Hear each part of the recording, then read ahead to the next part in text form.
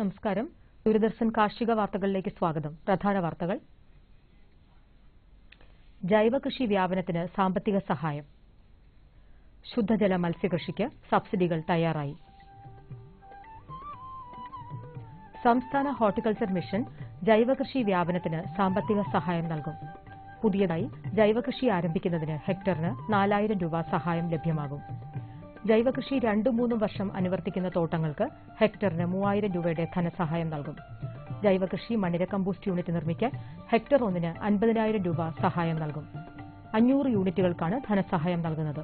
കൂടുതൽ വിവരങ്ങൾക്ക് അടുത്തുള്ള കൃഷിഭവനുമായി ബന്ധപ്പെടേണ്ടതാണ്.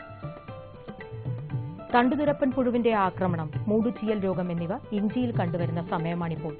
ഇഞ്ചിയുടെ മുകളിലത്തെ 2-3 ഇലകളും കൂമ്പും മഞ്ഞളിച്ചു വരികയും കൂമ്പ് വലിച്ചാൽ എളുപ്പത്തിൽ ചെടിയിൽ നിന്ന് ഊരിപ്പോവുകയും ചെയ്യുന്നത് രോഗലക്ഷണമാണ്.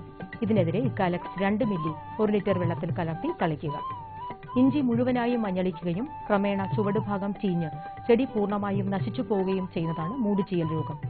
ഇത്തരം ചെടികൾ കൃഷിയിടത്തിൽ നിന്നും പറിച്ചു മാറ്റി തടത്തിൽ ബ്ലീച്ചിംഗ് പൗഡർ 6 ഗ്രാം 1 ലിറ്റർ വെള്ളത്തിൽ കലർത്തി ഒഴിച്ചു കൊടുക്കുക. കൂടാതെ കൃഷിയിടത്തിൽ രോഗം വരാതിരിക്കാൻ 1% വീര്യമുള്ള ബോഡോ മിശ്രിതം തളിക്കുകയും വേണം. അതോടൊപ്പം കോപ്പർ ഓക്സിക്ലോറൈഡ് 3 ഗ്രാം 1 ലിറ്റർ വെള്ളത്തിൽ കലർത്തി ചെടികളുടെ ചുവട്ടിൽ ഒഴിച്ചു കൊടുക്കുക.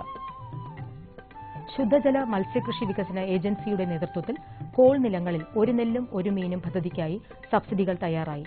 കോൾ നിലങ്ങളിൽ 6 മാസം നെല്ലും 6 മാസം മീൻ കൃഷിയുമാണ് പദ്ധതിയിലുള്ളത്.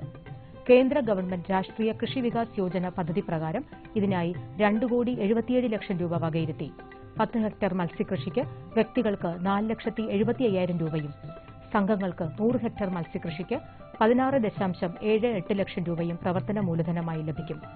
പദ്ധതി പ്രകാരം രോഹു, കട്ല, മൃഗാൾ, സൈപ്രിനസ് തുടങ്ങിയ മത്സ്യക്കുഞ്ഞുങ്ങളെയും ആറ്റുകൊഞ്ചിനെയും കൃഷി ചെയ്യാം.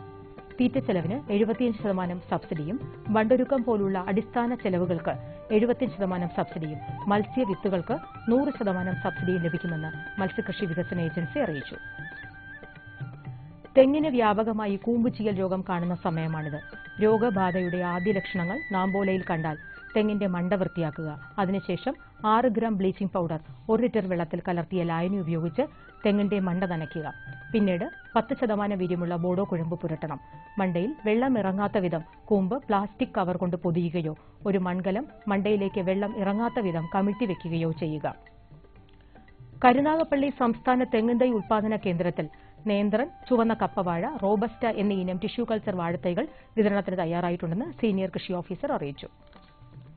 കൊല്ലം സദാനന്ദപുരത്ത് പ്രവർത്തിക്കുന്ന കൃഷി വിജ്ഞാന കേന്ദ്രത്തിൽ സെപ്റ്റംബർ 17 മുതൽ ഒക്ടോബർ 3 വരെ പഴം പച്ചക്കറികളിൽ നിന്നുള്ള മൂല്യവർദ്ധിത ഉൽപ്പന്ന നിർമ്മാണത്തിൽ പരിശീലനം നൽകുന്നു. സൗജന്യ പരിശീലന പരിപാടിയിൽ പങ്കെടുക്കുന്നതിന് ബന്ധപ്പെടാവുന്ന ഫോൺ നമ്പർ 0474 266 3599. കാലാവസ്ഥ.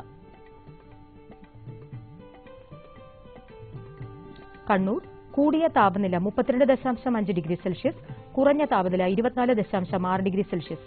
കോഴിക്കോട് 34.3, 25.4.